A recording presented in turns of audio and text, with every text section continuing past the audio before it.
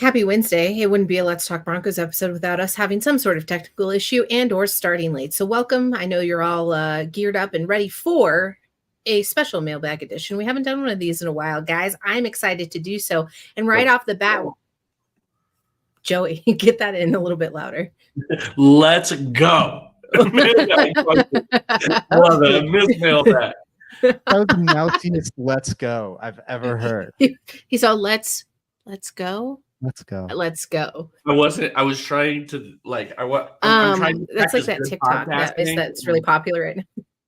And trying not to step on Bree's comments. I was practicing good podcasting, something you guys should both sometimes practice. Anyway.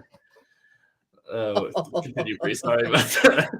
Why are you attacking me? It's too early for this. I wanted to get into this really quickly because Jeffrey Wingham came in spicy for the first comment of the show. Get rid of the prima donnas like Sutton and hire people needing a job. Very simple. Stop playing games with these guys. Listen, if Courtland Sutton is unhappy with his present contract and he's a vet on this team, I think it's appropriate that he takes the time that he needs in order to get right prior to the season starting. He's not fresh off of an injury, and there isn't the largest amount of competition for a starting wide receiver.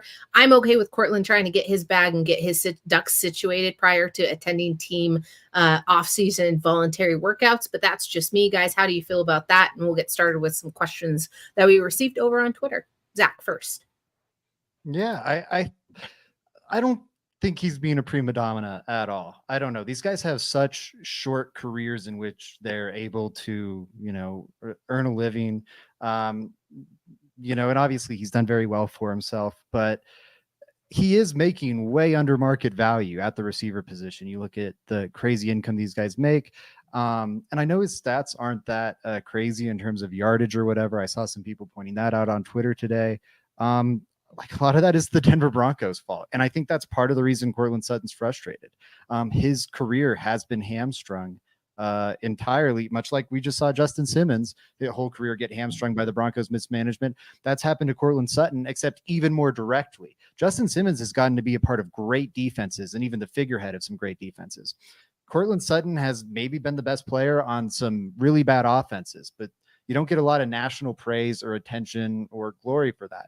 And it's not going to help you in your upcoming, maybe free agent negotiations, or if the Broncos trade you somewhere, it won't help you in your negotiations with that team because your stats are deflated now because you've had to play with really questionable quarterback play or questionable coaching or both. So I get where he's coming from. And, he's getting up there. He's near 30 now. Where is he at? I'm looking for him on this contract. He's 29. So he'll turn 30, somewhere here in the next 12 months. And yeah, like Jerry Jeudy's making a good bit more than this guy now. I think if he went to the market now, he's probably making at least 20, maybe a little over 20. I don't blame him for wanting that now, or at least for looking to get a little extra cash from the Broncos after spending 2 years on the trade block. Okay. Well, okay. Yes, I agree with you, Zach. I don't think he's a prima donna. I don't think he's a prima donna.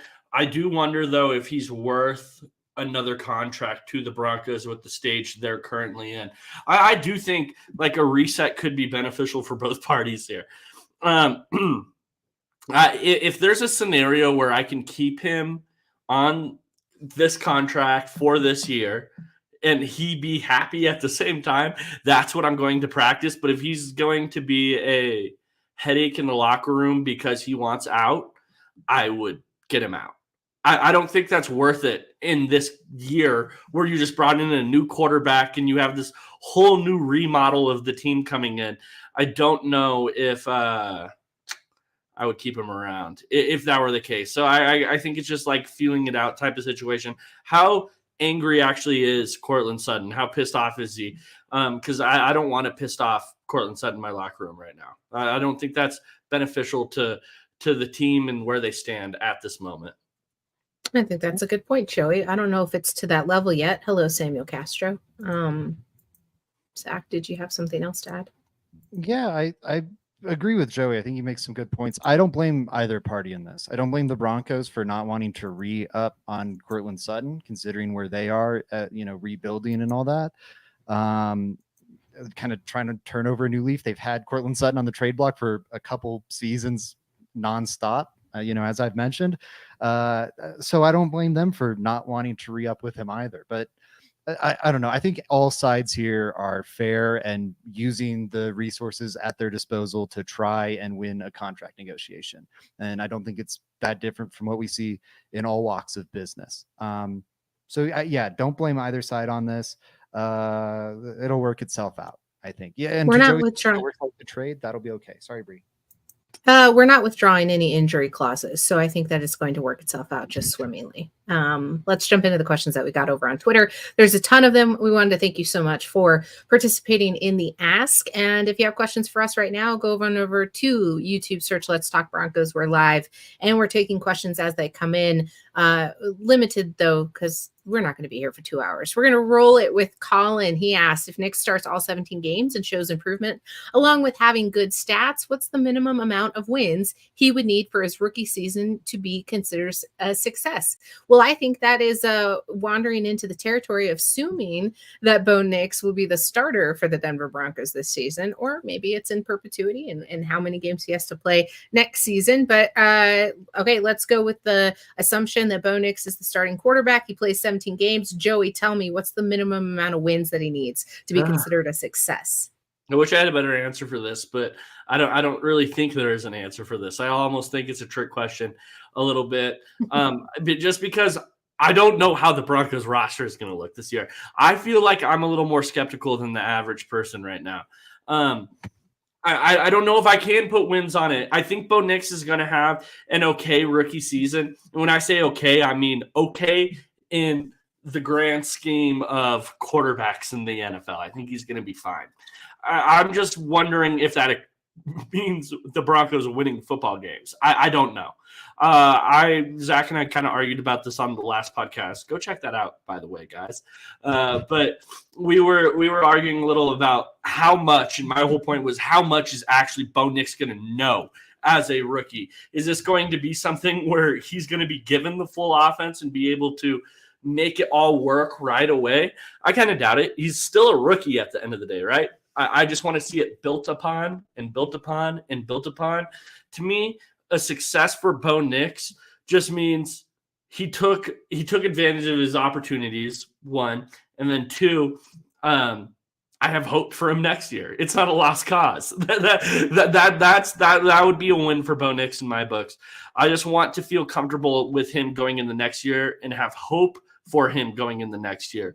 That would be mine. Because I'm going to be skeptical. If he is middle of the pack, I mean, Zach and I were both very skeptical of Drew Lock going into his second year starting, right?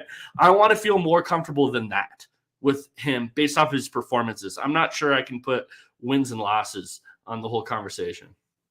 Yeah, I agree with that. And Kathy's saying the same thing pretty much here in the comments.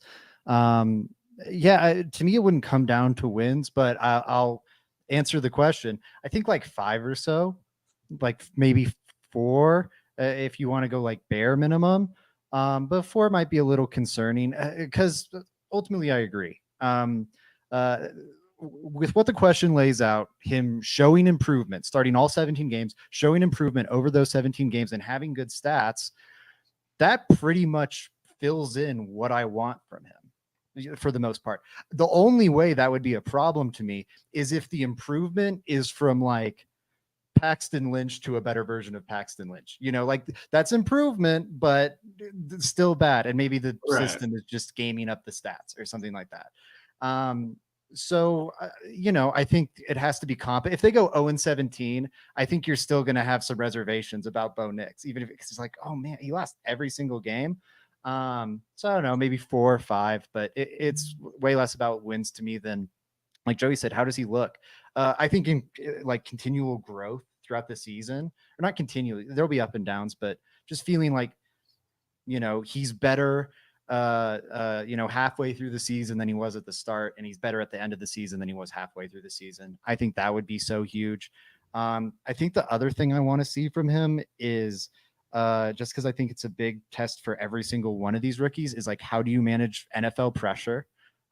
That's a huge determining factor in what you're going to be as a quarterback. And And then like, can he be aggressive?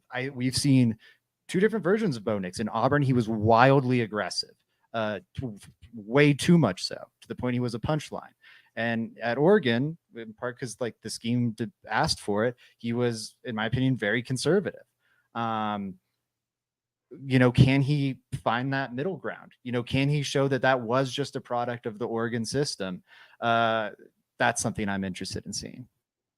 I think that the expectations, I'll go on my campaign that I normally do, that need to really temper down expectations this go around. I feel like Broncos country has been in a hope and prayer status since 2022, sort of hoping that the answer is somewhere behind the recent moves. And I think that this one's a little bit about a slow burn. So I like both of your points about continual improvement, maybe not continuous, but consistency, and kind of outlining why these moves are to create success for the future of the organization and not necessarily this upcoming season. Because if we were to be very realistic, and I know we'll get into that later this season, about what the expectations are with this current roster. Hi, Paul. Welcome to the show. I think that there's an emphasis on giving Bo Nix the tools, seeing what works and what doesn't, what the expectation should be, and that if it's a 2-win season, that is by far not the most shocking thing in the world, given what the team has had to go through and what they're currently looking at on paper. I thought Russell Wilson would be a 5-win per season quarterback in general. I expect that number to go down with a rookie who may or may not struggle his first couple of seasons in the NFL. So that speed will eventually catch up to him, and I think that it will be a little rocky, but I don't think that having a little bit of exciting success is out of the picture here for the Denver Broncos moving forward. So really great question, Colin. Thanks again for participating. Let's roll into Ryan.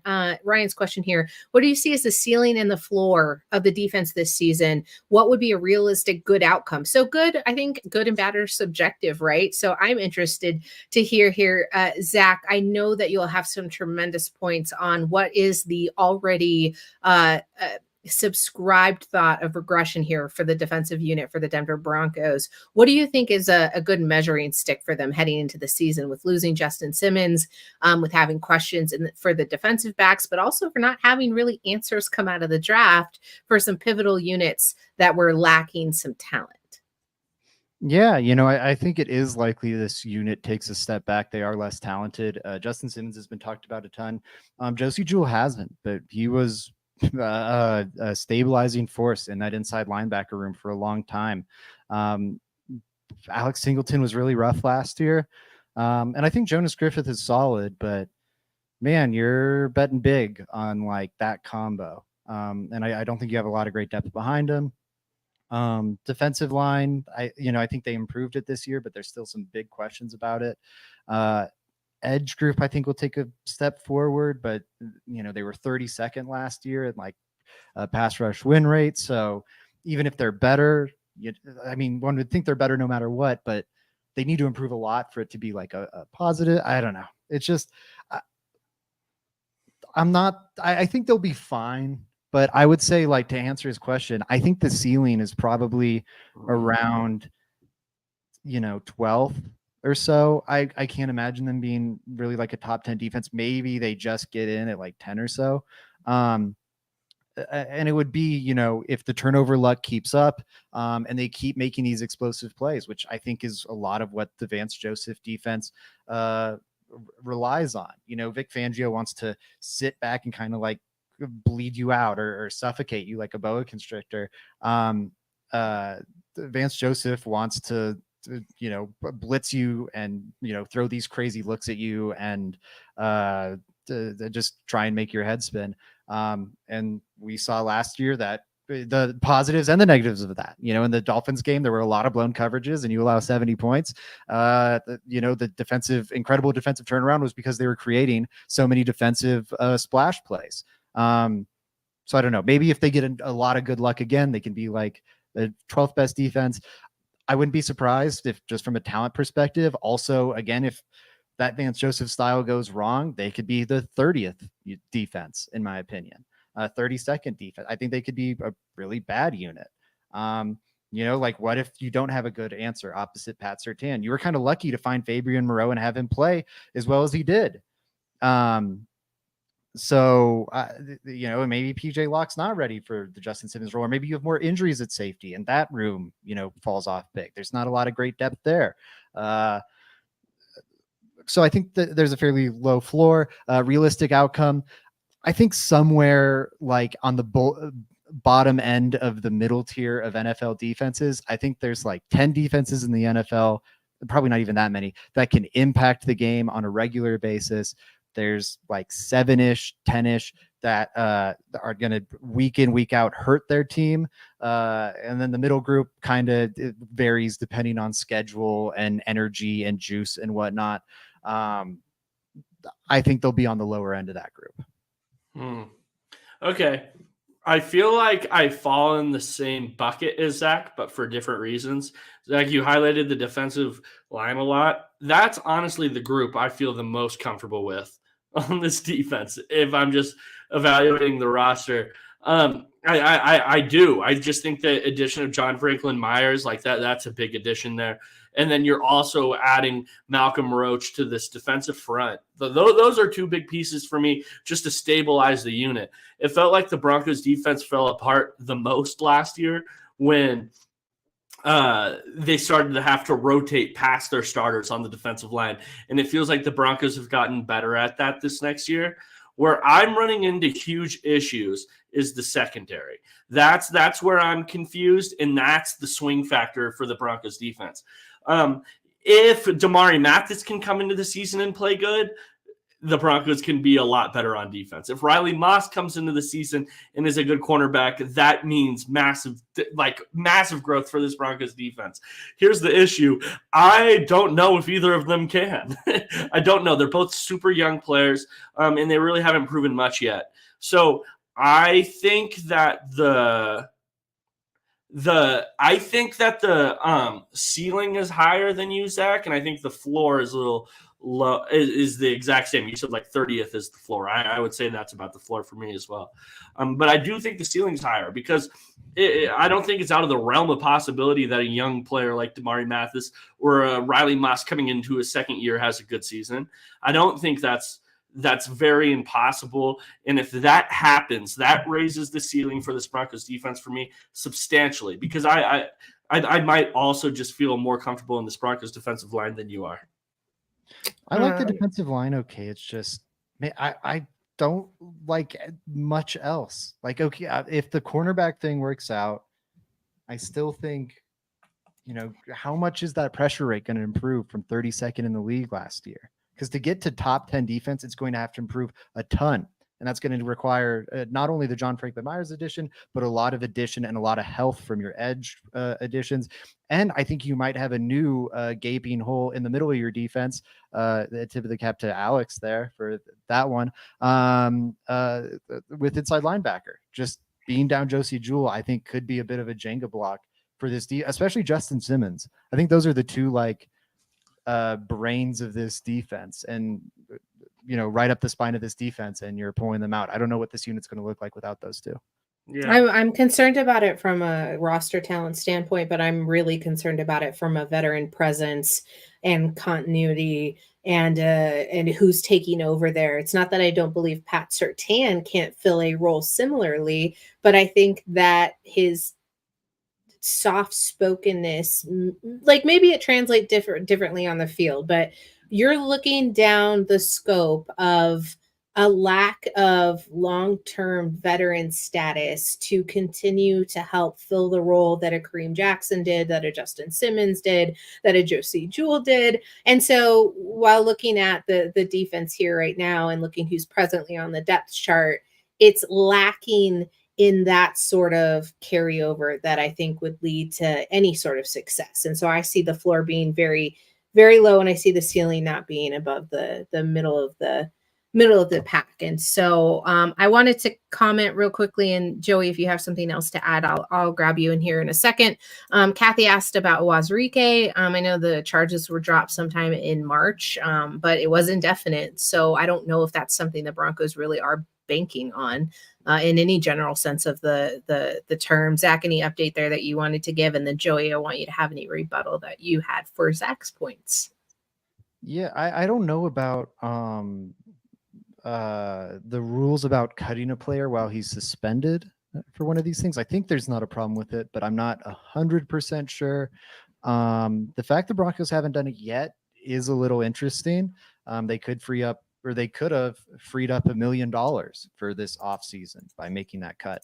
When I was doing all my Rust calculations, that was just like a free $1 million I saw in the checkbooks. It's like, all right, well, they're going to cut that guy. You can just, add $1 million to whatever you want, or shave $1 million off if you're looking at the negative side of it. But they haven't made him move yet. So I think he could come back. I still think it's unlikely. I don't think Wazirike showed nearly enough, especially then you factor in his age too, to make you think you want to stick around and hold on to this guy. All that said, if the Broncos are able to get him reinstated, if he comes back, they might be thinking we're not in a position to turn down defensive line help. I agree with Joey that I like the additions they made to the unit. I think the front line of that's a lot better. I still think you have some real questions about the guys behind DJ Jones, Zach Allen, and John Franklin Myers. It's good that those guys have gotten slid down in the rotation, but I still think the depth behind that top three is lacking, or at least there's none of those three guys that you feel this guy's locked for the roster for this guy. Or I think the only ones you feel would be a lock for a roster are out of necessity, not because this is an awesome player. So why not take a look at Wazirike? Yeah, no, I think Malcolm Roach is a solid player when he's out there, especially in the run. I think Malcolm Roach I think he's a really good run defender, matter of fact. I don't think he's much of a pass rusher, but as a rotational player, he is. When he is playing on the football field, I don't care what unit you put him on, he's a good rotational player.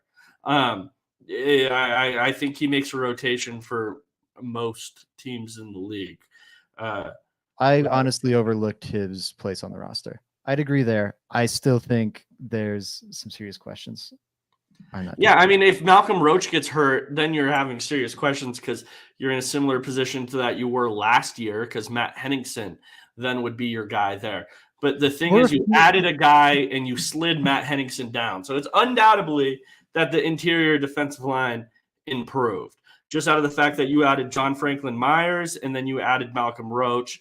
Both improvements, both rotational players for the Broncos. One a starter, one more of a rotational piece.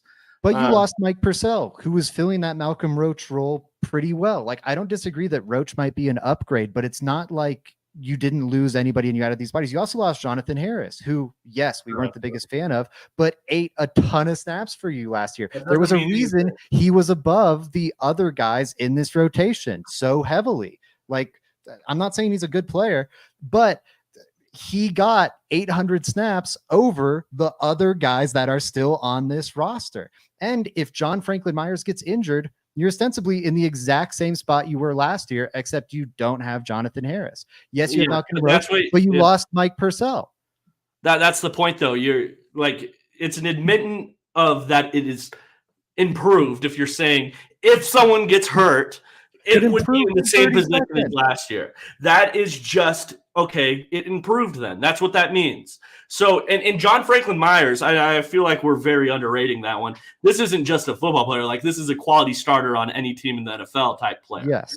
This isn't Jonathan Harris 8 snaps as a guy that got starting type snaps. And we're taking that. We're okay, let's put John Franklin Myers there. That's a huge thing. I just don't want it to feel like we're underestimating just that these improvements are big. I totally agree with you that if someone gets hurt, you're in a similar position that you were last year.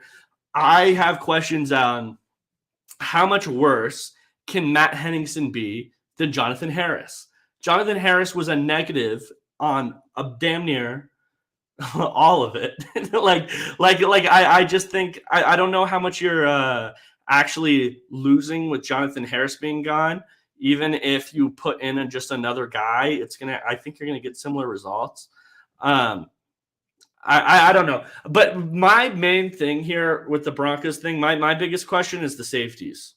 If I'm being honest with everybody, that's my biggest question, because at least with cornerbacks, I have players that I'm like, Damari Mathis is fully healthy, not much of an injury concern, still young, and I've seen him play okay in the past. And then Riley Moss is a player that we just drafted a year ago and traded up to get. And I'm like, okay, I have hope, at least a little hope for these guys. The safety room for me is a little more questionable. Brandon Jones is a guy I have hope for, but this is your main starter. Caden Stearns is coming off of an injury. PJ Locke hasn't played in this role extensively long enough to put all my chips on the table, although I've said it a million times here. PJ Locke takes advantage of every opportunity he gets, so I really hope he continues that, because I like PJ. But like DTY, I don't want him to start. JL Skinner, I haven't seen anything from. The safety room is the biggest concern, because whether the first two starters and then their backups, I'm like, I don't know what to expect. Yeah, I agree with the safety questions. The Caden Stearns question is huge for me. I don't know if that came up in our looming questions. It did. I'm pretty sure. Shout out to Caden too, by the way. Yeah, shout out to Caden. I'm rooting for him hard. It's a scary injury, though. I don't think we know what he's got. Much like we were talking about Javonte Williams last season. If he comes back and is the same old Caden Stearns, I'm going to feel a lot better about that room. I'm going to feel like you have 3 starting caliber safeties, which match a lot. A lot of NFL teams want to play 3 safeties now. That would work out great.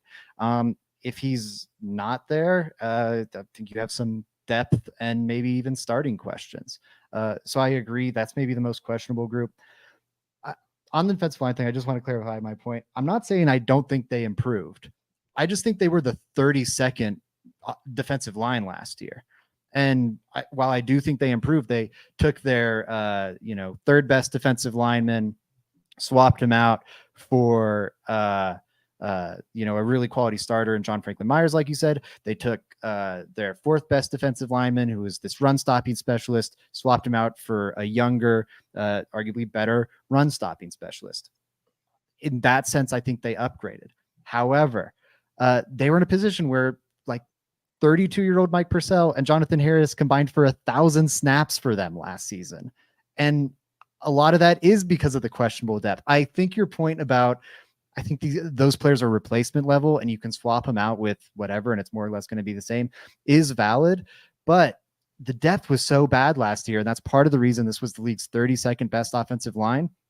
And if you take one injury to that top 3, it's more than negated the John Franklin Myers acquisition. You're arguably in a worse position than you ever were in last year, because they didn't really fluff up the depth at all. And so, like, to get back to the root of the question, that's why I think they could entertain the idea of an Uwazurike. Okay, yeah. I mean, I would like Uwazurike to come back and play good as well. I mean, that would be amazing. You can add more depth to this, I agree. The only rebuttal I have is that Mike Purcell's still a free agent. I think if the Broncos wanted him, they could get him for damn near a vet's minimum, and they haven't. So that's the point. Like, these, I agree, they weren't good players, and they got 1,000 snaps last year over guys that the Broncos might still have to rely on. Like Adrian, if an injury happens, that's the only thing. If an injury happens, they replaced Mike Purcell with Malcolm Roach. They replaced Jonathan Harris with John Franklin Myers. Like, these are replacements. Like, I'd if argue somebody gets hurt, they would be in a similar position.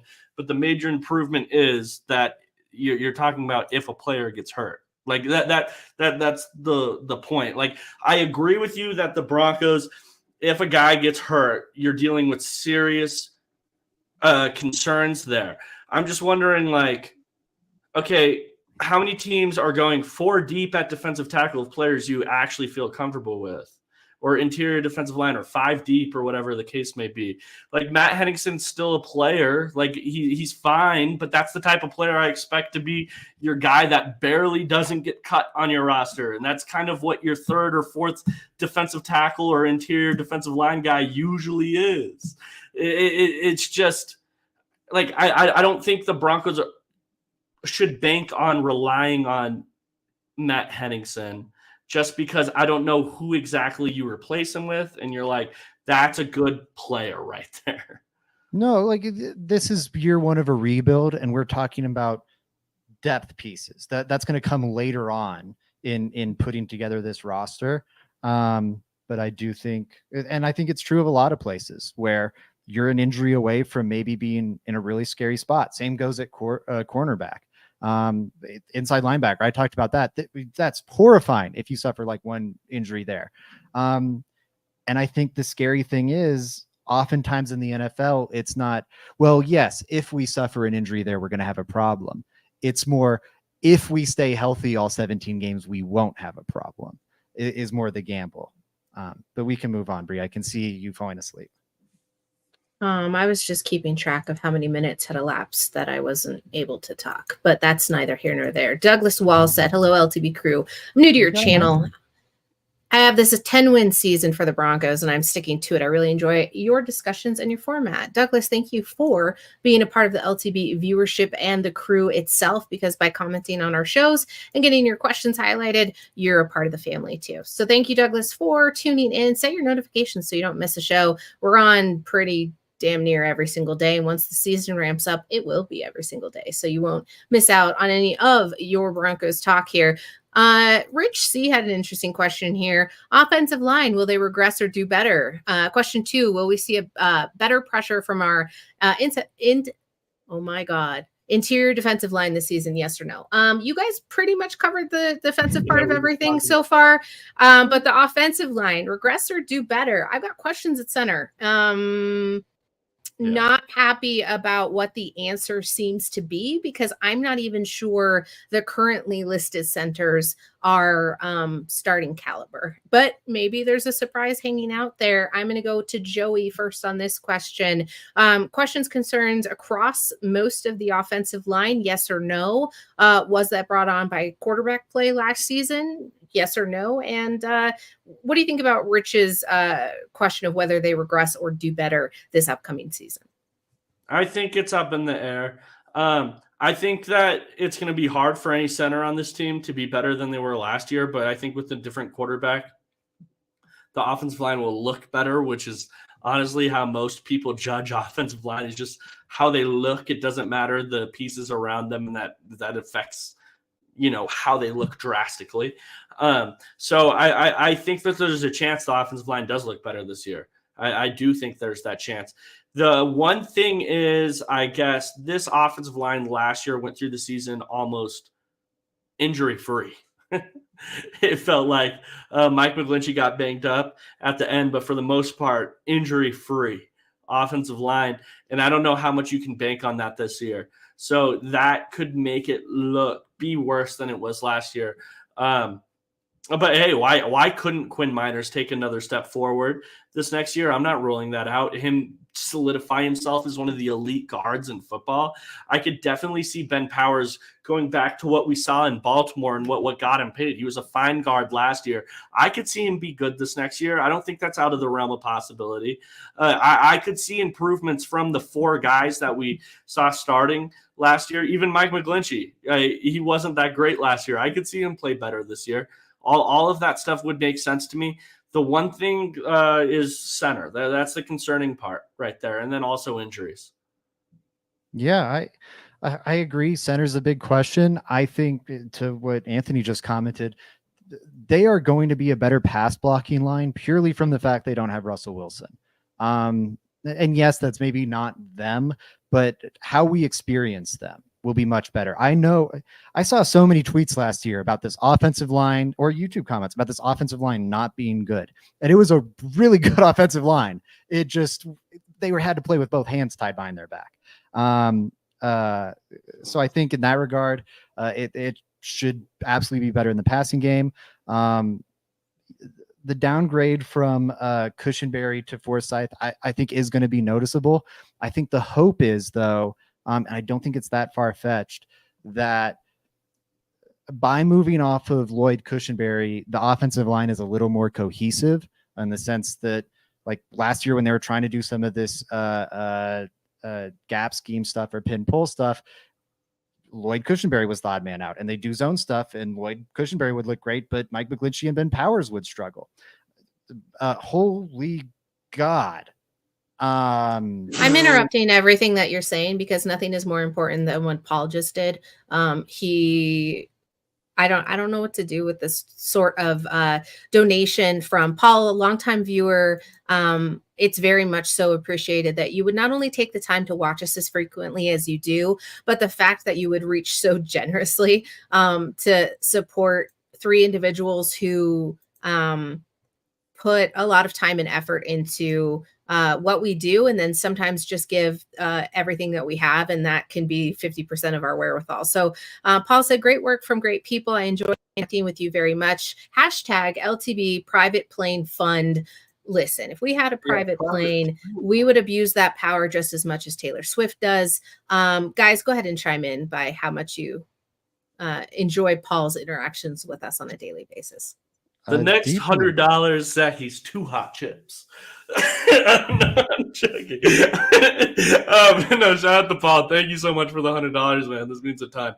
It means a ton. This all goes back into what we're building here. So shout out to you.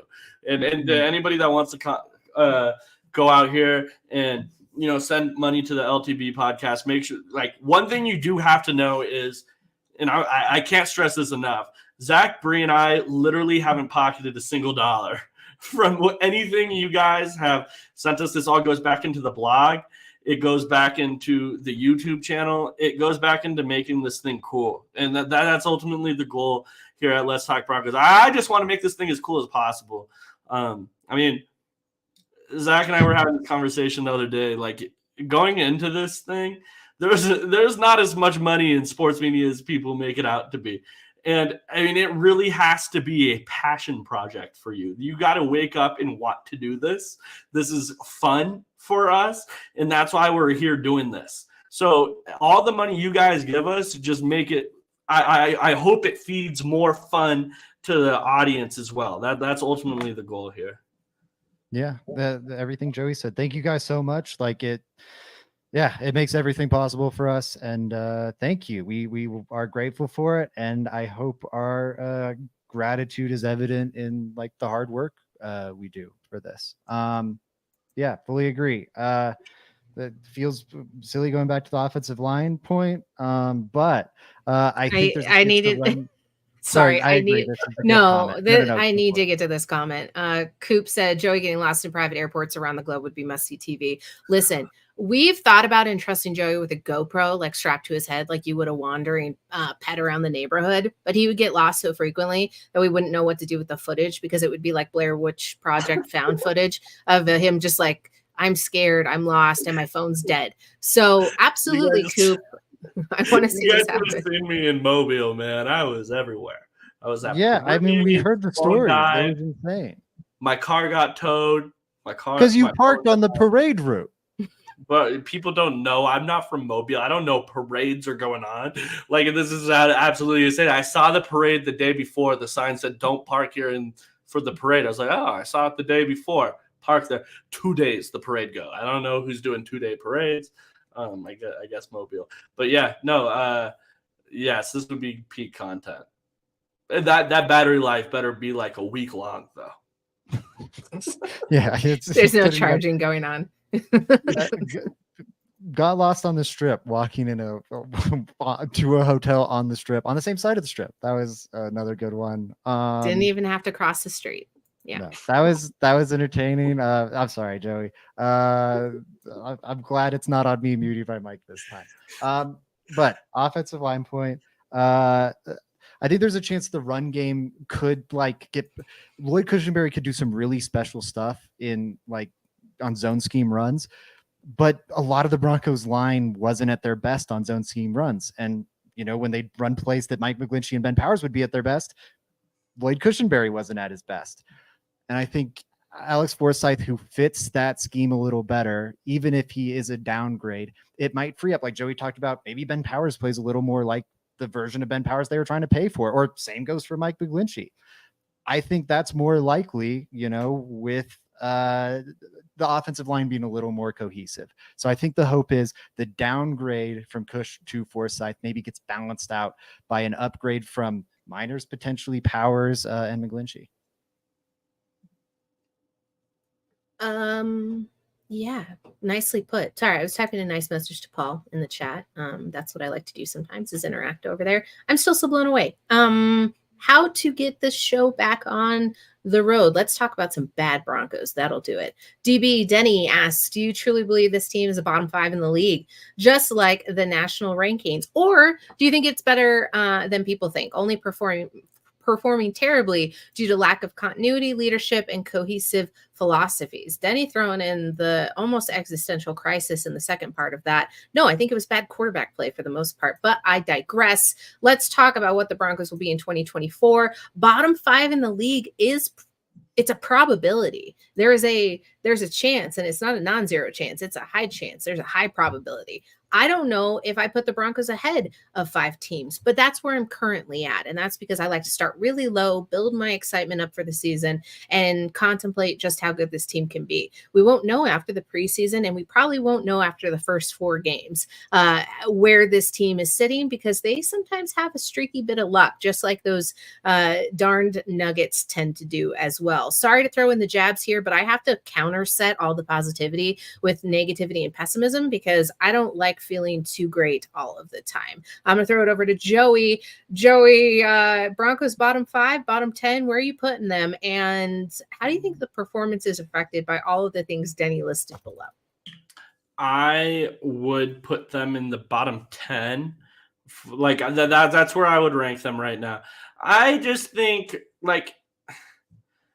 before we drafted Bo Nix, everyone was talking about, man, the Broncos going to have the first pick last year. And now that they drafted Bo Nix, it's that the Broncos could, be a lot better than what we thought.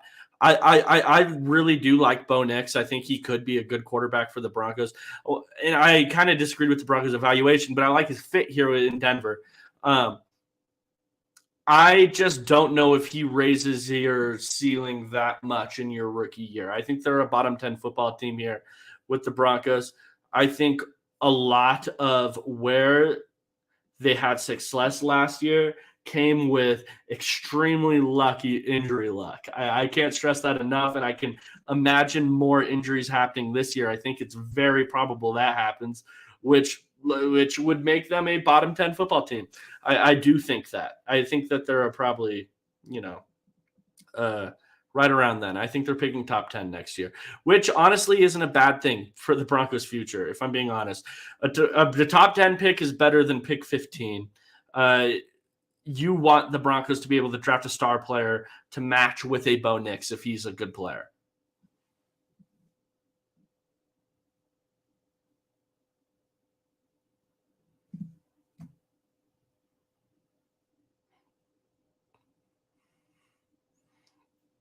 I fucking hate it. That was amazing. Y'all had me going. That was so bad. The audio audience doesn't know what happened. I was muted for like a solid 10 seconds. That was awful. That was the best we've done that. Hey, I want to die. I want to jump off my balcony here at my apartment. That was terrific. They sold it so good. They really did. They had me going so well. I wasn't even noticing the StreamYard telling me I was muted. It was oh my god, I want to die. Anyways, I agree with Joey. I think they're a bottom 10 team. I don't think they're a bottom 5 team, though. To the question, I think Joey's copping out here, trying to make it a little easier than it is. I agree. Paul, we already spent $100, Paul. I'm sorry. Yeah, that's why I was on mute, getting in my Amazon shopping list.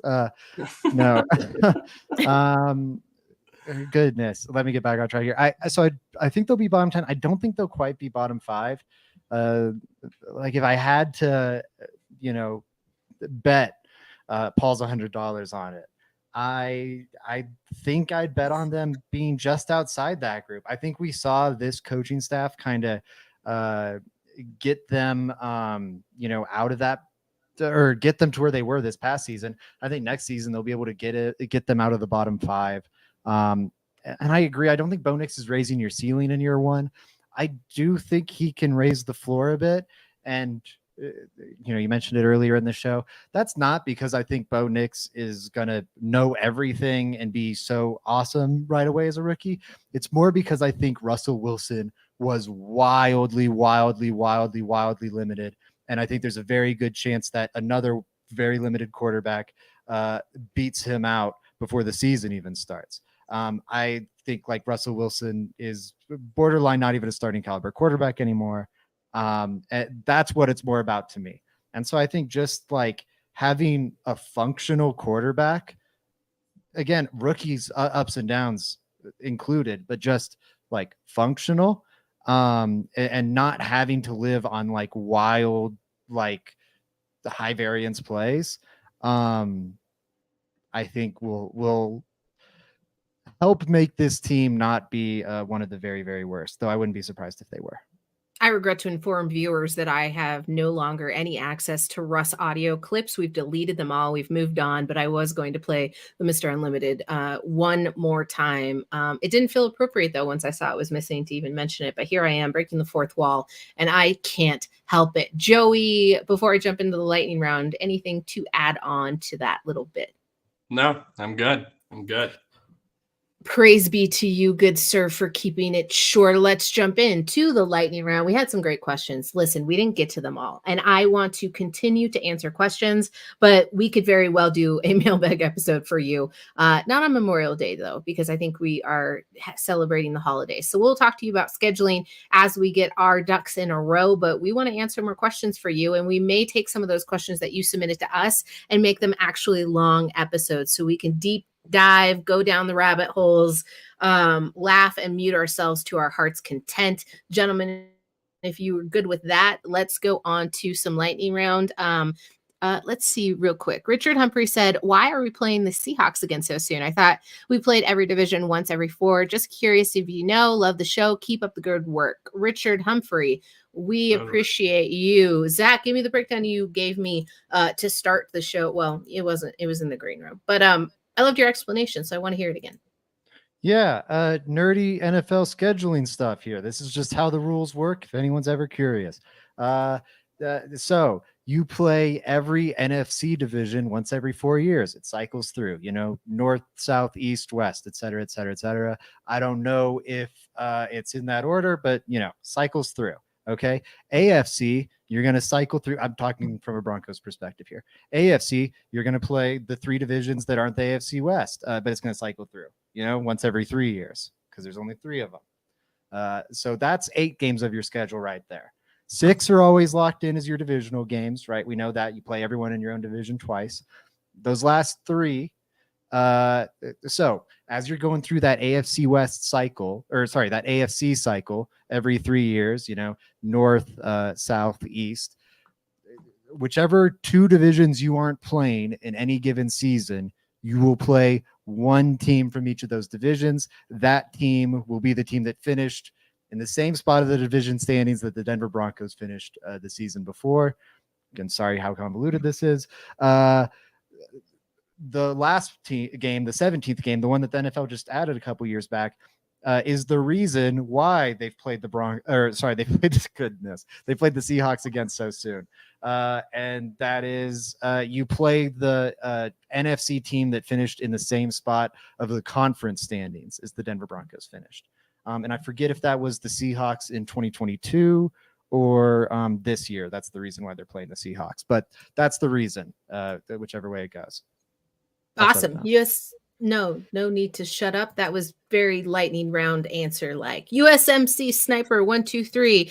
Zach, I'm also throwing this one over to you. Is there any current Broncos players that are on your guys' bucket list to meet in real life? And if so, who in particular? Who's sitting out there? Zach Seegers, I know you've met some of your heroes. Who's on the list? I'm so sorry, really quick. My mouse just died, and I'm so happy it didn't die while I was muted. I would be. Oh, that would have made me so happy. Yeah, I would have been done for the show. I would have had to try to find batteries. It would have not been. You don't have like a physical mouse pad? That's wild. Joey, on to you. Who's your hero? Who are you going to meet? Don't meet your heroes, folks. Yeah, mine would be former Broncos. Like John Elway would be cool. TD would be cool. Von Miller would be amazing. Yeah, those would be my type of guys. Ryan Clady would be awesome. If anybody has a Ryan Clady connection, please get him the hell on this podcast. I've tried multiple Joey's times. dream. He hasn't responded. You're like, hey, can we just go grocery shopping together once? Is that appropriate? That might be pushing it. Don't ask them that. That's where I get mistrusted. I'm like, a grocery store is plenty safe, and they're like, wow, this chick is weird.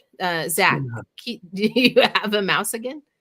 I do. I don't, but it doesn't matter. I'm gonna just talk. DT is my pick. I like DT. Would have been great to meet him. I'm sad I didn't get to during my time. Like I was on the beat like right after he had left. So that sucks. That'd be the one for me. Current players, it would be Bo Nix. Just because I would be interested to try and get a read on him. Like this is the future of the franchise. There's none that like I think I would fan out over because I think that excitement kind of is left with going into the locker room so many times and meeting these guys. But I would be interested just to see like what is Bo Nix's presence like in the locker room, because like it was interesting seeing Jerry Jeudy's locker room presence. Like Jerry Jeudy was an unreal locker room presence. That guy was not a locker room cancer. He was awesome. Like Randy Gregory, same thing. But like so cool. So I would like to get a read on Bo Nix like that. Interesting. You would use it for strategic reasons, and that's what I appreciate about you, Zach Seegers, is you would want to like poke the psychosis of these guys. I still haven't met some of my favorite Broncos. I don't know who I would really add onto the list. Rod Smith, Steve Atwater, and Champ Bailey are some of the ones that I have crossed off that list, but it's all by happenstance. It wouldn't be a current player, but in some odd capacity, I've never actually like spoke to Derek Wolfe one-on-one, but we're always like in like this oscillating fan of like similar circumstances. So that one's high up there on my list. And yeah, like a John Elway would be cool, but I don't know what you say to a John Elway. I think Peyton Manning is probably the very top of my list, just because I would like to be within that arm's reach of greatness and just sort of like thank him for positively impacting my life the way that he did. But also, I don't know, that sounds like such a weird thing to say to somebody. Like when you really take yourself out of fandom and you think of like why you look at these people the way that you do. But Peyton seems like the guy that he would make you laugh just because he wouldn't want to feel uncomfortable. And that is what I would appreciate for that. I want Zach and Bree to both meet Vic Fangio and come back and be like, wow, he's such a wholesome man. Why are you making me an anti-Vic Fangio guy? This is slander. It's the narrative. This is bullshit. I've always been pro Vic. I love him. I've met Vic, and I adored the man when I was on the beat. He hates him. Anyways, I would love for both of them to meet Vic Fangio, them come back. Maybe they met him at his house as he was making his famous meatballs. Something. I was there when that question was asked. We wouldn't have anything to talk about. It would just be so. I'd be like, "Hey, Vic," and like it would just be. I don't know, depressing for the both of us. He would take one look at me. He would take one look at me and he would be like, this is not somebody that I am going to partake in conversation with. And he would just dismiss me like he dismissed everything else. This is the problem. You're the problem. Anyways, let's move on. I think he would be I think he'd be a great host. I think he'd give you some great ziti. I think you'd be blown away. He'd be a gentleman. Yeah, that's my Kathy says Knicks, PS2, TD, Peyton fucking Manning. I like these answers, Kathy. Thank you. And you gave me an opportunity to curse, and I needed to get it out of my system. I feel like I'm like a wired up coil here, or a small chihuahua. USMC Sniper also had another one that we threw here into the lightning round. Would you guys still watch and or go to NFL games if NFL players started wearing flags around their waist and became flag football? Jesus. This one. Listen, this is my 10th season, I think, or 9th season as a season ticket holder. And listen, every time I do this calculation, I get really nervous and uncomfortable because it's not like people have hobbies, right? And mine seems to be making myself depressed because there's been great games, and there's been the emphasis of me being able to give tickets away to people who get to see like their first NFL games, or maybe they haven't been in a while. And I've been presented with the opportunity to do so, but I don't think I would pay and or participate if I had to watch flag football, because that's not what I bore into when I became a fan of football. And I know this is a loaded question. It may not be as literal as I'm taking it at this present moment, but I do think that we're headed in a direction that makes you feel like you're watching a different product than what was the starting point of this. And I know we're not wearing leather helmets, and it's not the game that it was at its inception. But I think if you get too far away from the product that got you here by trying to make it for the masses, that is not that to me, that doesn't feel like it's long standing. I don't think that that keeps things going for the long haul, but it is how businesses stay afloat. And I think the direction is whatever gets them the most views and gives them the most profit is the direction they'll go in. So very well, you could see a much different product in 15 years, but I think that's by proxy of how things evolve. But I think Zach will have some interesting takes on this. So I'm going to let him start with it because it is the natural progression, but the flag doesn't seem like that's ever reasonable. The NFL would no longer exist, and it would be the FFL. Agree or disagree? Yeah, I think we'll get to like, I don't know, hologram players or like AI robot players that are like controlled seamlessly with like a like brain link or something before we get to flag football NFL. Because like, and I agree with your cynicism that like this is kind of the way things are going. Like it seems like they just want to make money and whatever. And I think the rule change, the hip drop tackle rule we saw come in is motivated by money and wanting to get more points on the board and whatnot. That said, I think the NFL would understand, like, this is not a rare stance, what Bree just described, or what, like, I see Paul in the chat. I hate that mailbox. It's not a rare sentiment among NFL fans. And I don't think like by making it flag football, you are picking up so many fans to like even close to offset what you would be losing, let alone gain additional ones, like pick up an additional revenue margin or revenue stream, whatever. I think the one thing that might lead this to happen is what caused the NFL to do all the head safety stuff that they were worried about. And it wasn't the lawsuits and it wasn't the bad press. It was that, well, I guess in part the bad press, it was that there started to be this movement about parents not letting their kids play football. And that got the NFL scared because that's what'll kill it. Like people, I think, will watch football about no matter what, unless you don't have athletes. If you don't have anybody to play football, no one's going to watch football. So they pulled it back. They started implementing flag for the younger leagues. They want to make sure these kids are still playing football to keep their like the feeding lines rolling. So I don't know. I don't think it'll ever get to that point. Would I watch it? Probably not. I think it would be like a much lesser product. I don't know how you could balance like the offense and defense. Like I think what makes football so great is like the chess of it all. And I think there are some problems with how they've already started to favor offense over defense a good bit. Going to flag football, I don't know how you could make it like a compelling game. I think it would just be like, you know, like when you're playing Madden against a friend on like pro mode or whatever, and it's like 100 to 100 at the end. Let me tell you, I've thought about this a lot because I think if the NFL could go this direction, they would, but I'll tell you why they can't. I disagree. I think they would. Then I tell you why they can't. It's because The Rock or one of these dudes will open up a league where they are playing with leather helmets, and everybody could go watch that.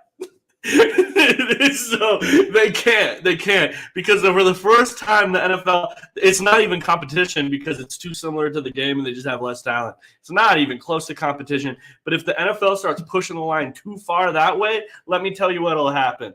The Rock and all these other WWE guys will form together to start it'll be the bare knuckle boxing version of the NFL where it is back to the old school rules and people start liking that more. I just can't see it being feasible, like as a business model for the NFL to go away from what the fans are screaming at them constantly. Like, we don't want this anymore. And if they keep pushing that line, they will start to lose some people in the process, I think. So I just don't think it makes sense for them, like, financially to keep going that direction. I could be wrong. I just think the NFL cares too much about their money. I don't think it'll go that all the way that direction. And one thing I would say, just to like comfort people that are worried about, I don't want the NFL to keep going down this route, the taking contact out of the game. This isn't the game I loved. I don't want to see this become flag football. Much in the way that, you know, you can go back to early 1900s like newspapers and you can find articles complaining about how the stick and hoop is a new technology that's tearing down our youth. And we've seen that play out through cars and radio and TV and now phones. Something similar has happened throughout the age of football. In the early 1900s, Teddy Roosevelt was adopting football. They were trying to outlaw football and make it illegal because so many college-aged men were dying playing it. And Teddy Roosevelt was a huge supporter of it.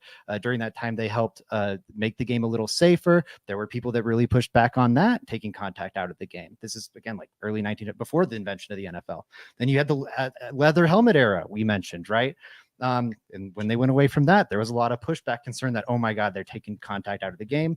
When they added the Mel Blount rule, which severely impacted how defenses could play their opponents, same talk came up again. And the NFL got more popular. I think, you know, we'll see how bad of a thing this hip drop tackle thing is. Maybe this is the point where it starts hurting them. But I don't think it's ever going to get to flag football because there's always been this concern of like the worst possible outcome. And it's something that I think is still very far in the future. And I think it'll continue to stay very far in the future for a long time. You heard it here first, folks, likening the NFL's progression towards Satanism and getting it out of the youth's hands. Any news? That was a lightning round, guys. That's why I started it at 45, because I plan. I know what I'm doing here, folks. I've done it for a long time. Congratulations to you all. That's a successful mailbag. If we didn't get to yours, we'll get it to you. Heck, maybe we'll do it next Wednesday. Let's figure it out and we'll let you know, updating you on schedules. I miss the mark on this every single time. So I'll just say, Joey, Thursday, ? Yes. Something. I don't know what yet, but Frankie and I will be live on Thursday. Fantastic. And if you're not already, check out letstalkbroncos.com, where you can find an article basically every minute on anything that even remotely touches the Denver Broncos and what they're up to right now. And during the offseason, what better time than now? Zach, I knew you were going to have something laid on me. I'm so sorry about this, but with the website, I just want to comment to our audience. I haven't been writing a ton recently on it. Our contributors haven't been either. I think they're busy with their school stuff and whatnot going into summer. I've been busy also with my job. Tomorrow though, I'm going to have like a big ass column about breakout players coming out. I'm going to have a lot of good content coming out. Go check it out. Please go check out Zach's work. Joey forgot to take the loop off when he decided to hit an audio button. Kathy, thank you. We appreciate Paul. We appreciate you. Cal hates the freaking mailbox. Cal, we're going to keep it up just because it upsets you. And Richard Humphrey says, thanks for answering my question. You kill it every time. Love it. We do. And that's why we're worth the $100 that Paul paid us. Good evening, friends. Coop, we appreciate you. I'm just kidding. I get a little spicy at the end of these. We will be back on Thursday. We'll be back on maybe Monday. It's Memorial Day. I keep forgetting. I don't know why we're here. Paul's super chat is still like winding down. I want everyone to know. Step up your game. We'll see you next time. Bye. Shout out